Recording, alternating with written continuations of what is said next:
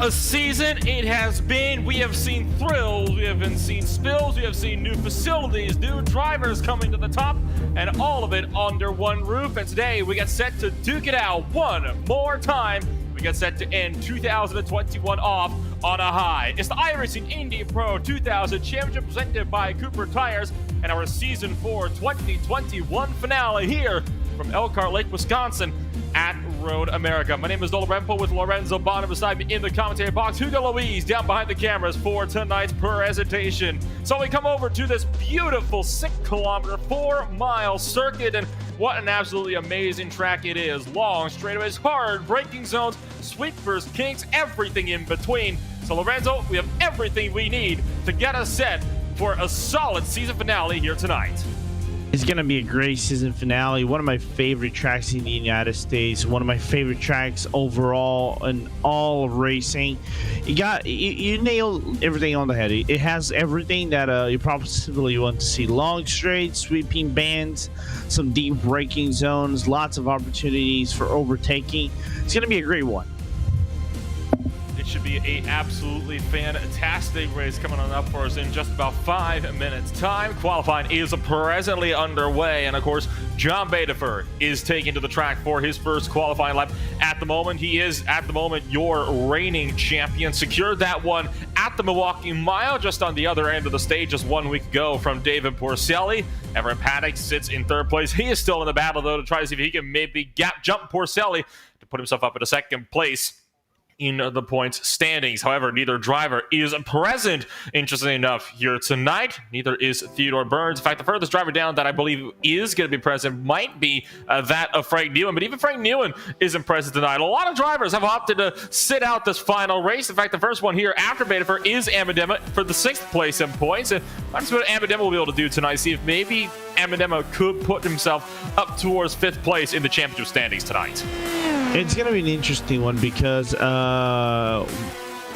is a 12-week calendar. We have 4 drop weeks, and some of the guys will basically take this as a drop week of sorts, so they wouldn't lose too much basically in the standings moving forward. So that's why some of the absences are somewhat to be expected, but all in all, it's a track that remorse those who are the bravest going into the corners, those who are known to explore the track limits. As Badefer goes into the lap, though, let's see how well he's gonna fare. But apparently he had an off track here, Nolan, which is not uncommon, especially at turn 1. Outside of turn 1, going to turn number 2, if you just run just a tad bit wide, you can screw it up all your lap, and well, you just have one remaining, and it has to be error-free. You mentioned, of course, turn 1, a very easy place to run wide, lose the back end of the car. Well, that's exactly what Badefer did on his opening lap. He pushed wide through the exit of turn 1, got beached on the curbs, and when it hit the grass, that thing shot hard right. He slammed it into the wall, so he had to take the tow back to pit road. So that first lap that we saw completed, technically his out lap, or a second out, I guess you could say, so he'll only have one total flying lap be able to use tonight. You can see him using every last inch of the track, trying to push as hard as he possibly can to get these times locked down. At the moment, Badema has set the benchmark time with a 2:01.021. Lucas Popple sits just about 1/10 off at the moment, 96 thousandths of a second to be precise, and from there 9/10 back to Connor Melius. There is a huge spread in the times already, with just 6 drivers having set times so far. Also a little bit expected, given the fact that Road America, I think from all our racing road racing calendar up the season, of course we had a few ovals, which makes it a little bit easier, but in the road side, I think because it is the longest lap we had this season so far, it is also probably one of the toughest. That the smallest error, especially going outside of Canada corner, turn number 1, turn number 3, which is turn number 2, let's be honest, makes the difficulty around this a little bit harder than usual. Let's see what Badefer is going to do. It might be 2:01. It's a 2-minute 0.969. That would have been good enough for pole had Amadema not clocked in a 2-minute 5.82. Not to mention, Papa will bump Betaford down to the second row with a 2-minute dead, 0.863. And then how about Bruno Walraven? I have not seen that name all throughout this season, so Walraven is coming into this season pretty fresh. His first start that he's been made, at least on these broadcasted splits. And he's already put himself third fastest on the timing board. So legendary time there for Walraven. We'll have to see what he'll be able to make of himself from third place as your current reigning champion bumped down to fourth. Yeah, bumped down to fourth. Just a few drivers that can take the lap in. That's Thomas Kaja going into the kink or lead to the back straight that leads into kind of the corner. And he's just going to make it just maybe do in time with maybe 1 second remaining as he has to go to through kind of the corner right now. Car gets a little bit wobbly because he just clipped the grass and sand going to the in part. And now here we go, 2 corners to go, and he's about to nail that lap. But that looks like to be a 2 minute, maybe 2 total to the number 3 driver in the grid. I don't know if he'll have time to get across the line. 3 seconds on the clock. This will be close. Is it going to be enough? Oh, just doesn't manage to make it. Less than 10 feet from the line when the clock expired. So Schrage will have to start that one from 10th place. Starting grid looks like this. Sam Medema on pole position with Lucas Pop beside him on the front row. Bruno Walraven is down in third place with John Betaford, your champion, in fourth. Connor Bellier sits 5th place with Chris Preston down in 6th, Lorenzo. Yeah, 7th place we go to Michael Carpenter. Alex Fuller will be in 8th. Sebastian Kinda in 9th with Thomas Schrage in 10. Mark Bell and Frank Satterley goes for row number 6. And that, of course, just leaves Alejandro Balin to round out our 13-car grid on the night. So 13 drivers set to trundle away for the final 15 laps on the season here from Road America. It is a very unique track, right? It's one of the longest permanent road courses that you will find in all of North America. I believe it's about 4.5 miles in total length, just about. And you got yourself 14 corners as well, and some very famous names in these corners, right? You got the Carousel, the King, Canada Corner, the straight down Kettle Bottoms. Don't forget Hurry Downs and the Moraine Sweep as well.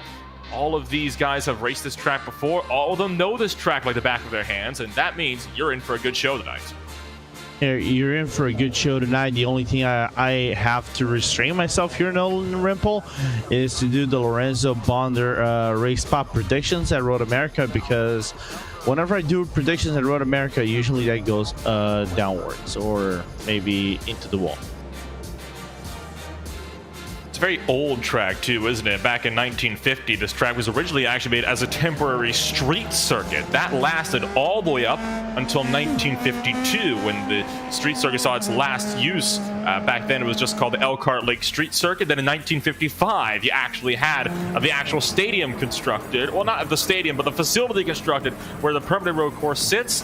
And that layout remains entirely unchanged throughout the decades, all the way up to the present day. The only addition to this track, the only change of the layout, has been the addition of course, that little chicane right before turn 11 to kink for the motorcycle circuit, added all the way back in 2003. So it's a very old layout, but I think the fact that they haven't changed the layout at all shows that it's a good one. It is a really good one. I think we haven't had a bad race in Elkhart Lake in the IndyCars or in the NASCAR Xfinity series for quite a while now. Even when Xfinity actually ran in the rain. Here, I think it was this season, if I recall correctly, or was it last season they ran it? They ran in the rain with rain tires, and it was basically a banger of a race because it is unusual to see 3-ton cars going around the rain with rain tires. But yeah, I don't think there's a dull moment around Elkhart Lake. Again, hard track, I agree. It's not the easiest one. Of course, iRacing did update to the latest standards with the latest rumble strips, the marquee places, and also the curb part and the curbing colors and also things like that. But it's a great track, really great track. If I have to like say the best American tracks, this probably is the second or third best American track in my opinion.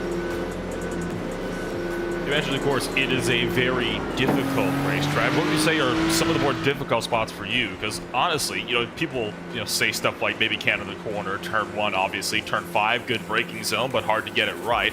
I'd argue, though, that Turn 7 is a bit of a difficult one. Right after Turn 6, just under the Corvette Bridge, it was the first right-hander after Turn 6 from that bridge. It's just about a flat-out kink, almost 90 degrees. It is deceivingly tight, though. It is deceivingly tight because here's the thing. For these cars, you can take them flat out, but on lap 1, the car will want to step out because of the cold tires. So it is a little bit tricky for you to navigate. You might have to take more of a lift off and then go into a more straight line using the curbing and just approaching yourself outside of the corner, then just tuck it in so you can prepare yourself going to hurry downs in turn number 8. I would say turn number 5, the moraine sweep, is tricky, and I agree with number 7. I think these are the trickiest portions of the track. So coming around through these final few corners, it has been an absolutely thrilling season with non-stop action from start to finish, and we are ready to do it for 15 more laps from Road America to end 2021 off for the iRacing Indy Pro 2000 Championship on a high. The pace car taking them around through the final corner, and when it pulls off, that will leave it in the hands of Amadema to lead them to the green.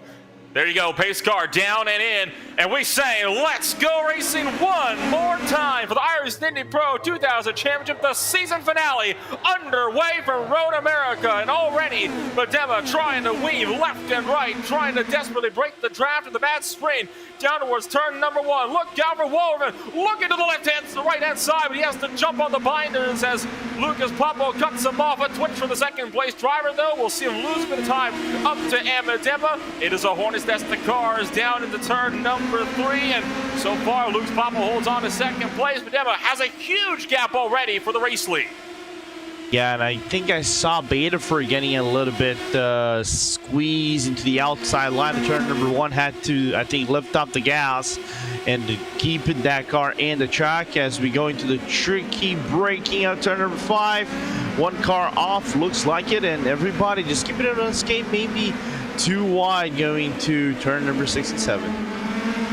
Raven's going to single file it out. Melia thought about going for a spot. It wasn't going to work there. It was Michael Carpenter that's slaying block all the way throughout turn number 5, but just swing wide to avoid running in the back of John Betafor, so no incident. And nobody getting fully spun around. Just a bit of a precautionary run wide as well. You can see just behind Betafor putting some serious pressure on the back of Conor Melia, who swings wide through the carousel, bottles the apex.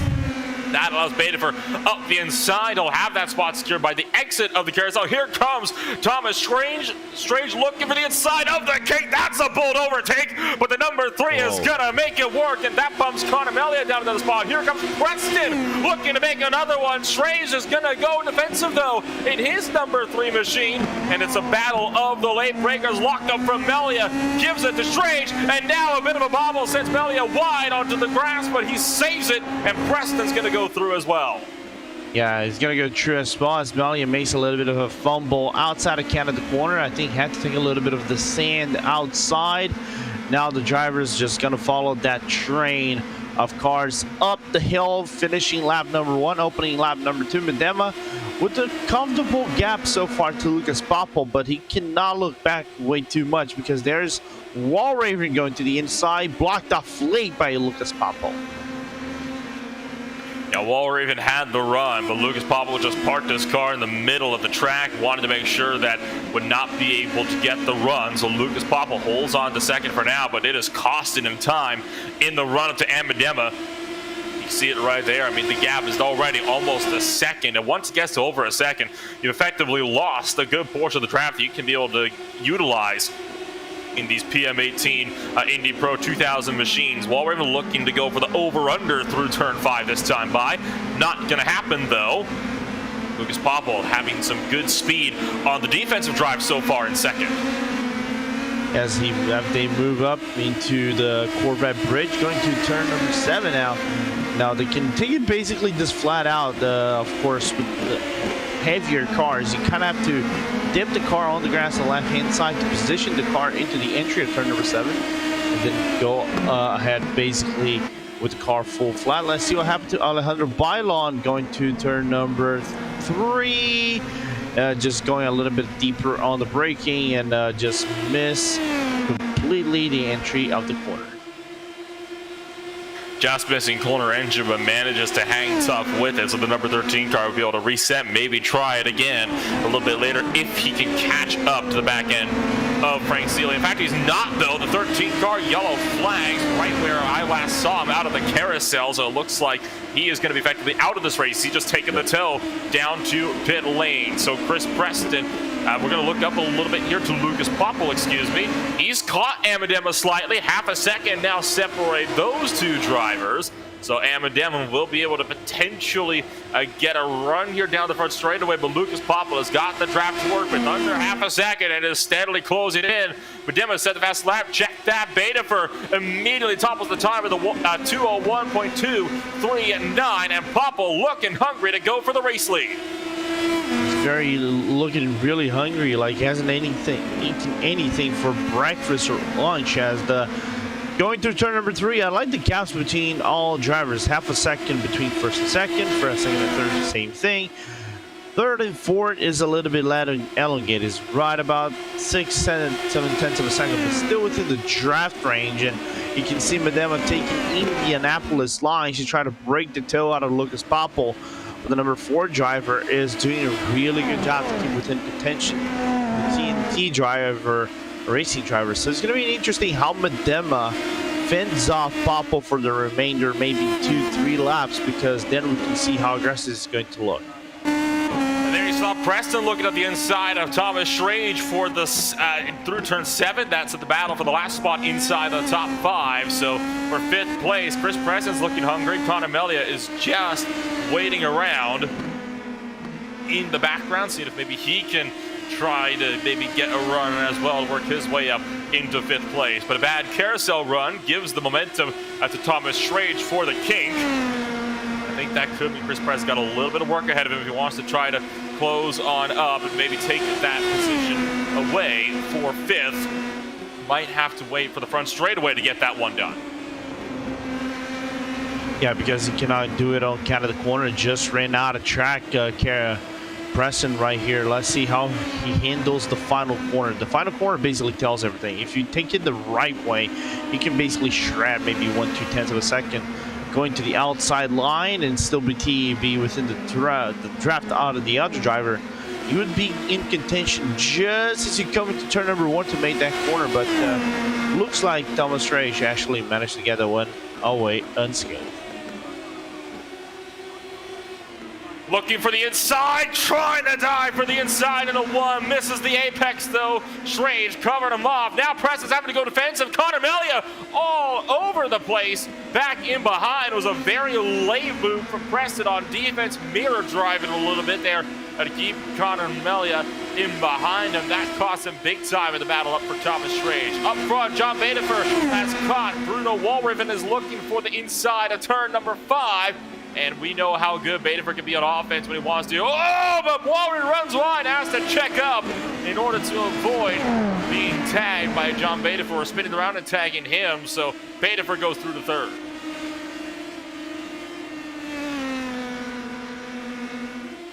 So Wallraven will drop down to the 4th position just up the road. You see Lucas Popple is now caught up to Amadema as well. So Amadema still loses some time. That gap hanging around just about 3 to 4 tenths of a second. Actually just dropped down to about a 1/4 of a second that last time by. So Amadema gonna have to do a little bit of work ahead of him to keep Lucas Popple at bay. So we're going to be having a bit of an interesting battle here for your race leaders. I thought Amadema might be able to break away well and truly clear early on when he pulled out that almost 1 second gap by the end of lap 2, but that has not been the case. Lucas Popple broke clear of Wallraven, has just been able to run Amadema down so steadily over these last 2-3 laps or so. So we're going to come up to lap number 5 here. Now it'll be advantage Lucas Popple down the front straightaway with all the draft work. Dema can weave around all he wants, but once you're linked up with the draft this close, it is only a matter of time. Does Lucas Popple have the speed to have a look into turn number 1? The gap is closing down to a quarter of a second. He'll hang it to the left-hand side to get out of the draft, and closer than ever this time around into turn number 1. A little bit wide on the exit is going to send him through. How about Chris Preston making the spot with Thomas Schrage? Schrage trying to fight back through the exit of turn number 1, down the hill for 3, and Schrage goes through. Chris Preston will try to go over-under now to try to take that 5th place back. So Schrage has got it. Chris Preston, though, not going to want to hang around for long. He'll find his way around the outside line, trying to take the long way around up front. There goes Lucas Popple trying to go around the outside of 5 for the lead. That doesn't go anywhere, though. Eminem has to tuck it back in line. And Schrage back on the inside of Preston in turn 5 as well. He'll maintain 5th place for the time being, but only just. Only just for Schrage. Retaining that 5th position for Preston. He tried to go for the late braking outside turn number 5, but just couldn't make it in time for the transition from 5 to 6. And kind of the same thing between Popple and Medema. Popple tried to go for the outside run and just could not get the amount of track he needed to go for. That only helps John Badeford because the gap was right around 1.5 seconds from the number 4 driver to Badeford. But now Badeford, just one sequence of corners, is right within the draft range out of Lucas Popple. And now you can see Lucas Popple wanting to have a go in Canada corner. There's just no speed available for him, though. Looks like Preston, though, might be trying to look for the inside, though, of turn 12, and he'll get that spot back. So Thomas Schrage, you wonder if he's finally lost 5th place for good. Usually he's been able to cut back on corner exit due to Chris Preston running wide. Oh, well, he's going to get it there. Oh. Thomas Schrage dipped 2 wheels into the grass, and that was it. Yeah, that's basically it for Thomas Schrage, and he's going to be shuffled back all the way down to P number 9 because looks like Fuller made the overtake just in time. Let's look at the replay. Oh, just clipped the grass twice on the entry of the last corner. And we know grass is lava here on iRacing, and that's really unfortunate for Thomas Schrage. And already going to look to take a spot back from Fuller into turn number 1. And it was a bit of a difficult situation, right? Because, I mean, he clipped the grass once, so the entry curves actually helped him save the car. He actually got that thing straightened back out. But because of the twitch, he wasn't able to get it back in, so he had to find himself tumbling all the way down. And Mark Bell also having a spin, might have actually been clipped as well. I think that might have been Alexander Fuller that just went through, as a matter of fact. So Mark Bell, that was on the exit of turn 8, I want to say. And Bell now down to pit road as well. So a single car spin for himself. Now we look back up to this battle for the race lead, 1/3 of the way through Medema. Still trying to keep Lucas Popple at bay, and Badeford steadily closing in your top 2. Yeah, difference is now 1.3 between Medema and Badeford. Now Badeford just within the second between Popple, so he's going to get only closer and closer and closer. So your five-star geodesic driver can come to that top 2 battle, make it a 3-car scrap, and just make the life out of Medema way more difficult than he wants to. But let's see if Popple's going to make the move on Canada corner. No, just took back and be the passenger, maybe to set up a move on turn number 1 on the next lap. You wonder how long it'll be before Popple actually decides to go for the move, right? You can kind of tell he's being a bit more patient now that we're still early in this race, still in the first half, right? But he's got John Badeford closing him in just in behind. And the last person they want leading this thing is going to be Badeford, because we've seen it before. Once John Badeford gets out in front, he just pulls away. He has got the long run cars. So we'll have to wait and see how this could play out. This time by, though, Popple's close enough. Side by side into turn 1. But Emendema pinches Popple in on corner entry of 1. And that prevented Popple from being able to turn down to get the line. Now, Popple having to defend against Badeford, who just clocked another fastest lap of the race in the 2-minute .547. So Lucas Popple going to be under some fire here. John Badeford looking feisty just in behind. Will he go for second place? He's closing, thinking about it, backs out in the last second. I think he's going to try to use Lucas Popple to pull him up to Medema to go for the race lead. Yeah, he even tried to get a look on the inside of Popple right there, but no, he's not going to be able to make it. That would have been a very brave lunge from Beta 4. A little bit of a switchback between Preston and Mel. Yeah, going to turn number 5 is also a really good battle going in the track 2 for top 5 as well, and still undecided, but this top 3 battle heated up. And the one thing Popple really didn't want to be is the 100 as we speak. Continue to ride on board with John Badever here from the 3rd position. That's Lucas Popple, first car line. Second one up, race leader Ambedema. Is it just me, or has Ambedema started to pull that gap away? I think the little bit of an offensive that Badever mounted on Lucas Popple through turns 3 down to 5 was enough for Ambedema to start to pull the gap out a little bit more. It's up to 0.4 of a second for John Badever. It's about 2.5 between himself and Lucas Popple, right? So now I think Badever also has a choice to make. Does he want to go for second place and try to go first himself? Or does he want to use Lucas Popple as a pick to help him work his way up there? It's an interesting topic to say, right? Because I don't think that Badever wants to play along and be within 3rd place. I think once he finds the opening on Lucas Popple, is going to be the overtake. You can see him creeping closer and closer and closer to Popple. Will Popple defend this one? He stays on the inside. There they go, side by side. At halfway, Badefer's going for second. Lucas Popple defended for turn 1 and held on. Has to do the same for 3. Badefer's got no room to charge on the outside line. Going for an over-under through 5, though. And that will be a perfect momentum run for Badefer on exit of turn number 3. So through 4 and down the hill for 5. Badefer is in a drag race with Lucas Popple, with Ambedema just up the road and starting to pull away. Badefer clears on corner entry to 5. Does Popple go for a switchback? Going to try for it. Badefer's gonna defend, though.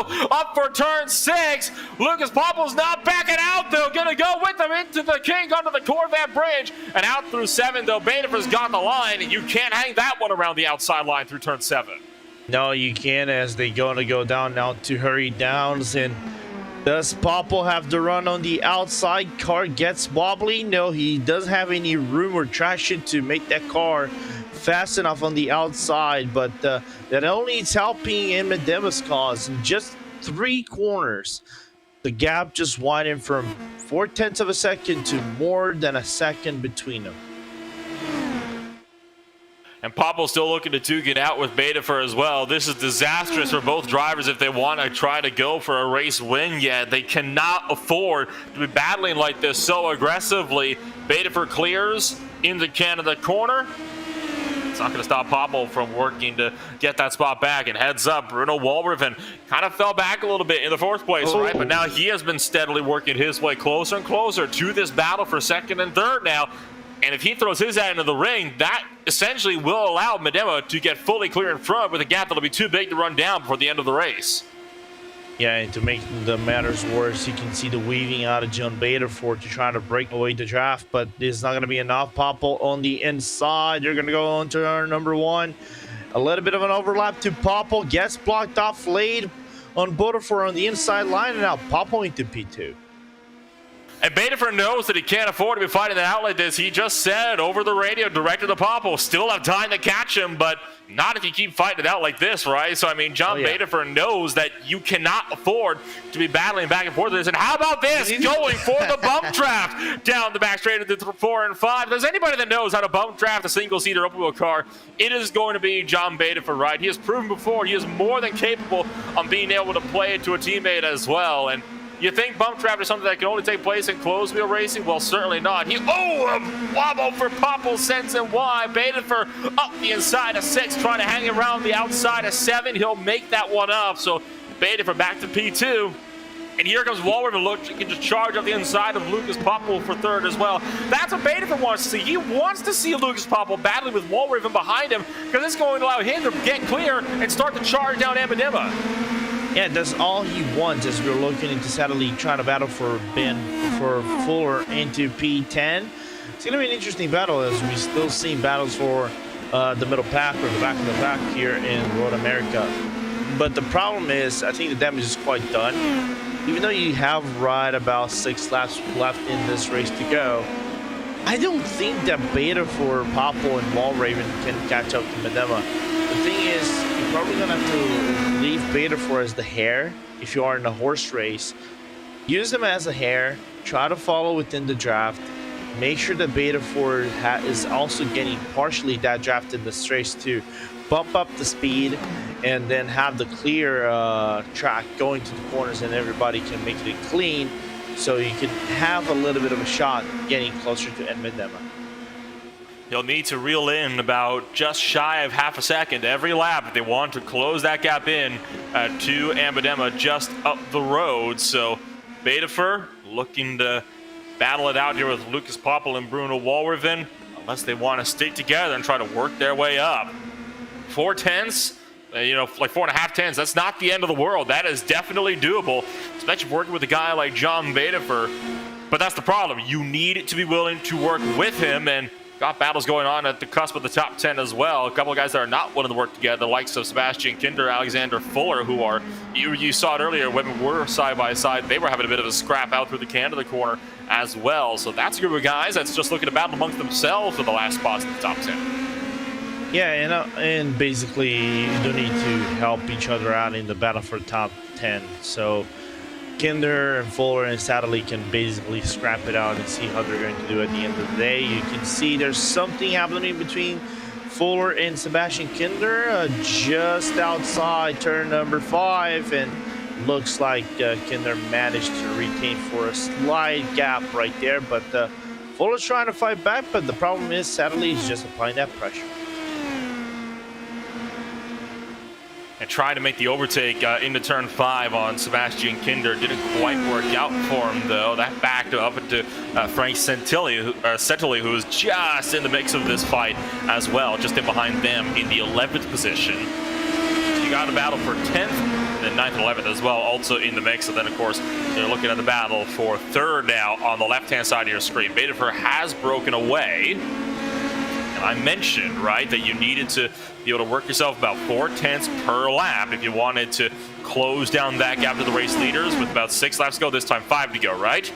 Let's compare the lap times. 2:01.1 for Medema, 2:07 for Betafer. He's on pace to catch Medema by the end of this race. I was gonna ask you, what was the lap?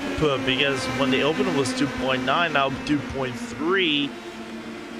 Am I seeing a world where we're going to see a last lap battle for the lead? Would be far from the first time seeing something like this, especially with a guy like John Betafer. You saw a front wing on the right-hand side go flying into the grass briefly, so that's a bit of an interesting one, isn't it? Looks like Fuller might have had a bit of a moment, but that seems to have since rectified itself. You look up, battle between Strange and Carpenter. How about this one, though? Popple defended against Walraven through turn 5. The number 5 machine powering around the outside line of turn 5 and being pinched in by Popple through 6. Popple's on to 3rd, and once again, that is what John Betafer wants to see.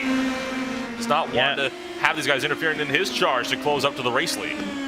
Yeah, and that only helps him even more lap by lap by lap, because the gap is widening to 1.2 seconds between Betafor and Popple. Popple just outside the draft range out of the Alpine Stars geodesic driver, and that not helps his cause one bit. And we know Walraven looking a little bit more aggressive than he probably should have been in these final laps of the race, but then again, that's the first time that we've seen this in top split races. So all the opportunity he's taking, he's gonna get it. Don't forget the battle for 5th as well, which has just come to fruition as Melia looks like he just got turned in turn number 12. So some more misfortunes further down the order. We'll take a look at this one here. I was just mentioning this battle started to pick up for 5th, press it up the inside, and pushes wide into Melia, forces Melia wide and into the gravel. A little bit unfortunate right there as we see Walraven and Popple side by side going to turn number 1. And Popple, I'm going to say smart move from Popple. You know, give Walraven the lead right here. You are on lap 12. You have about 4 more laps to go, and you don't have to overstretch things right here. See how Walraven's going to be on the next laps over here. Help him out a little bit. Does he knows he wants to be helped out? Try to get closer to Beta 4 once again, because now Popple apparently knows Walraven is going to be defensive for the remainder of this race. I want to give a quick update as well how the lead is going. We'll keep, oh, actually check that. We'll keep eyes on this one. Thought for a moment Walraven might be safe for a little while, but Lucas Popple definitely kind of giving the message that is not the case, putting Walraven on the defensive at every corner, right? I mean, Lucas Popple has been having a go at him quite significantly. You'd think it was almost a last lap effort that Lucas Popple is trying to use to get back past Bruno Walraven. To be fair, we're 3.5 to go, but that's still not quite 1 to go. Yeah, it looks like it is 1 to go. But then again, the gap is stretched down to 2 seconds, so it's unlikely they're going to be able to catch up to Beta 4 right here in the final 3 laps. Well, 3.5 laps up this race, so Popple is going to have to move up a little bit and then have to fend off Walraven side by side, going to the braking zone of Canada corner. Can Popple brake late? He does brake late, near to wheel contact between both drivers, and looks like Walraven will be able to see the day once again, remaining in that top 3 spot.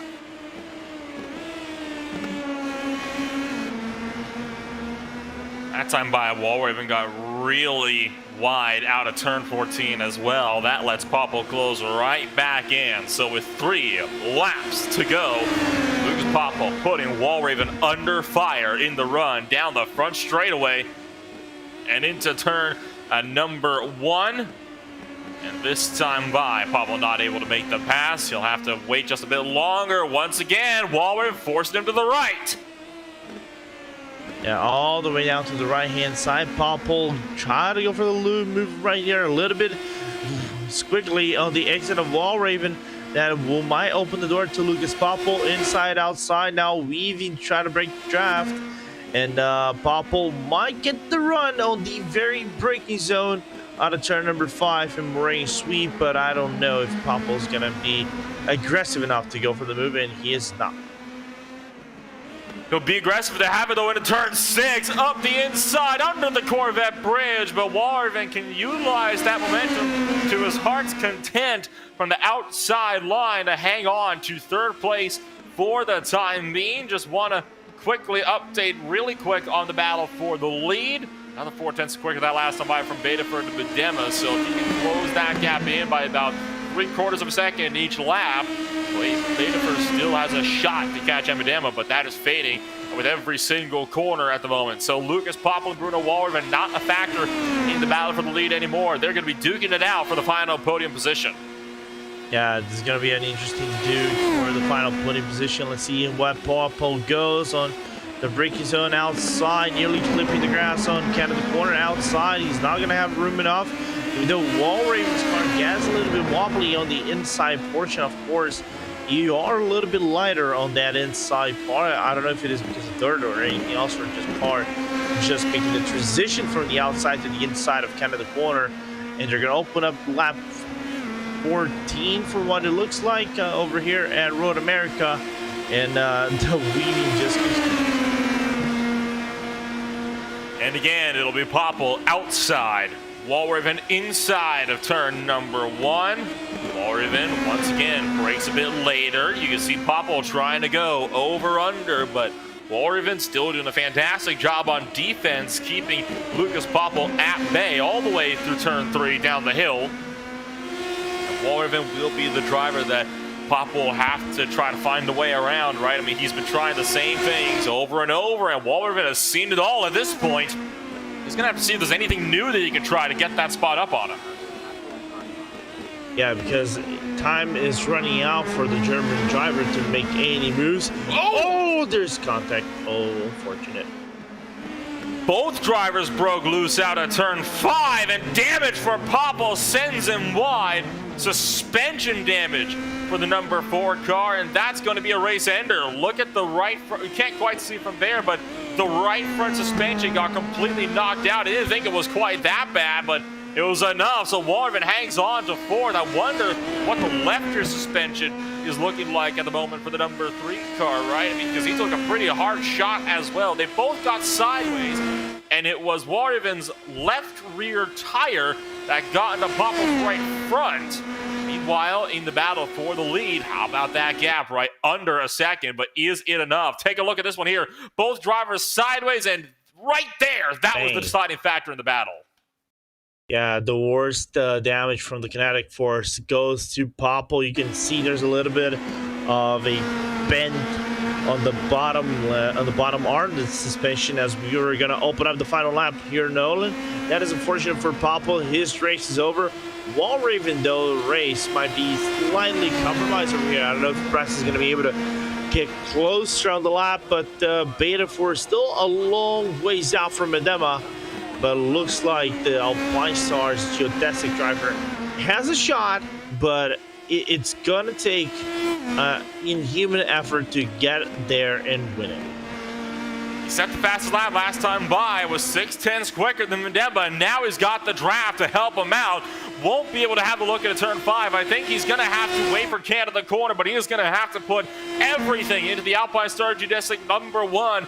He wants to try to push out to the TNT Racing number 2 just up the road into the braking zone through turn 5, and so far Medema is holding strong for the time being, but look at how much Beta is trying to close in. Oh, but wide through 6, that might be it. That might be that might have sealed the deal for the number 2 car to win this one. Was half a second when he got into turn number 6, but that overshot just completely botched everything. The gap is 6/10 of a second, bring it just a little bit lower. It's not over yet, right? One mistake from Medema will give this victory to John Beta. For 6/10 between them, though, not going to be close enough for Canada corner. It could come down to a heads-up drag race down this front straightaway. So coming to turn 12 for the final time today. The launch. I'll have to use everything here. Down to 4/10. This gap is still closing, Lorenzo. It's not over yet. 3.5 tenths now. Closes up a little bit through 13. Down for 14. Betafer's there. He could get a jump. He could get a good run out of turn 14. This will be a drag race up to the line. Betafer's there. Medema's weaving. And they're going to be side by side to the line. It's a photo finish. But Medema holds on to take the win by just 32 thousandths of a second. Wow, what a battle between both drivers. Unfortunately, it was that on turn number 6, Nolan, that undid the motion out of John Beta 4 to try to go for maybe an earlier overtake, maybe an earlier setup. As we see the number 11 of Sebastian Kinder trying to fend off steadily into the final corner, but looks like the 11 might have this one in the bag, or are we going to see a second quarter finish? But it doesn't look like it. Secondly, looks to the outside, not in time. Sebastian Kinder hangs on for 8th. Simelia parked on track in 7th place just up the road, but what a thrilling battle to end the season. That's your margin of victory right there. 32 thousandths, .032 at the stripe. Medema just held on to the lead, and I think you're right, Lorenzo. That mistake from Beta for at turn 6, that was the deciding factor in that battle. Yeah, that was the deciding factor because you just ran wide, I think, by a few millimeters off track. Luckily, you have the curbing right there as we see the results and Medema and that 32 hundredths of a second basically is the gap for John Beta. For Bruno Walraven will be 3rd place, Chris Preston 4th, Thomas Strage is going to be 5th, Michael Carpenter 6th, Connor Melia, Sebastian Kinder, Frank Satterley, and Alex Fuller will be the top 10. As well as the last driver on the lead lap. That leaves Lucas Popple 1 down. He did not finish this race. Same story with guys like Mark Bell and Alejandro Balin to round out your 13-car field today. And how about John Beta, right? Setting the fastest lap on the second to last lap, charging in Medema. I can guarantee you that that number 2 car was sweating bullets throughout all of that last lap, trying to keep John Beta at bay. And of course, it was already basically confirmed out of Milwaukee, but it is official now that John Beta is your 2021 Season 4 iRacing Indy Pro 2000 Championship champion. So it's what a thrilling way to end the season, though, right? I mean, you couldn't ask for much better than that. No, you couldn't. You just got a really good race in a really good track with a photo finish, even though one mistake right there decided everything, but he pulled off at the end of the day. And about Indy Pro 2000 in the real life, shout out to Kiko Porto, one of my good friends here in Brazil, to actually getting a seat at the next year's Indy Pro 2000 with the DE Forest. Can't wait to see what he's going to do next season. But I hope we can do this one more time in 2022.